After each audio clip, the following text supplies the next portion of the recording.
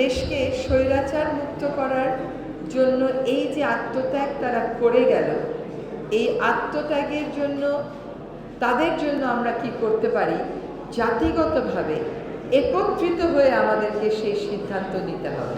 তারা যে দৃষ্টান্তটা সৃষ্টি করে দিয়ে গেছেন, যে আত্মত্যাগটা করে দিয়ে গেছেন, সেই আত্মত্যাগটা এই দেশকে পরিবর্তিত একটা বাংলাদেশ হিসাবে দেখবার জন্য, সকল সংকীর্ণতার ঊর্ধ্বে এসে মনের মতন একটা বাংলাদেশ যেন আমরা সকলেই গড়তে পারি। আমরা কিন্তু অনেক দিন আগের থেকেই সুশীল সমাজে ছিলাম, আছি, ভবিষ্যতেও থাকব, কিন্তু ওরা যে কাজটা শুরু করে দিয়েছিল, আমরা কেবল পাশে দাঁড়িয়ে একটু সাহস জুগিয়েছি, এইটুকুনি। বাংলাদেশের শিক্ষার্থী সমাজের এই আন্দোলনটা একটা অভূতপূর্ব ঘটনা, এবং এটা আমি সারা জীবন মনে করি যে এই জাতি শ্রদ্ধার সাথে, ভালোবাসার সাথে, আবেগের সাথে স্মরণ করবে।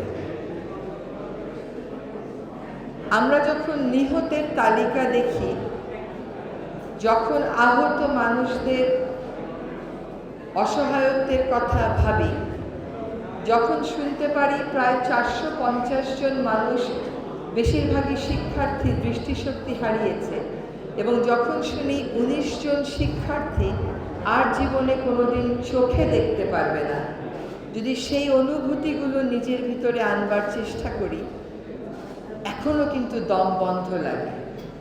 যে ছেলেটা 5 মাস আগেও ক্রিকেটার হতো, হবার স্বপ্ন দেখত, ফুটবল খেলতো, পড়তো, চোখে সব দেখতে পেত, আজকে আর আমরা শত চেষ্টা করেও সেই ছাত্রদের চোখে, সেই শিক্ষার্থীদের চোখে আলো এনে দিতে পারবো না, তারা আর দেখতে পারবে না।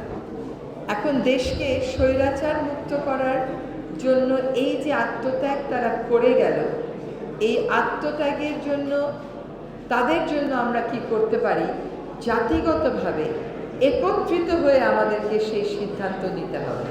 এখানে সংকীর্ণ কোনো সাংগঠনিক বিবেচনা, সংকীর্ণ কোনো ব্যক্তিগত বিবেচনা, সংকীর্ণ কোনো দলীয় বিবেচনা প্রাধান্য পেতেই পারে না। তারা যে দৃষ্টান্তটা সৃষ্টি করে দিয়ে গেছেন, যে আত্মত্যাগটা করে দিয়ে গেছেন, সেই আত্মত্যাগটা এই দেশকে পরিবর্তিত একটা বাংলাদেশ হিসাবে দেখবার জন্য, এবং সেই পরিবর্তিত বাংলাদেশে আমরা আর কোনো স্বৈরাচার চাই না, আমরা চাই আর কোনো বৈষম্য চাই না, আমরা চাই গণতন্ত্র, আমরা চাই মুক্ত আবহ, আমরা চাই সকলের অধিকারের চর্চার সুপ্রসারিত ক্ষেত্র।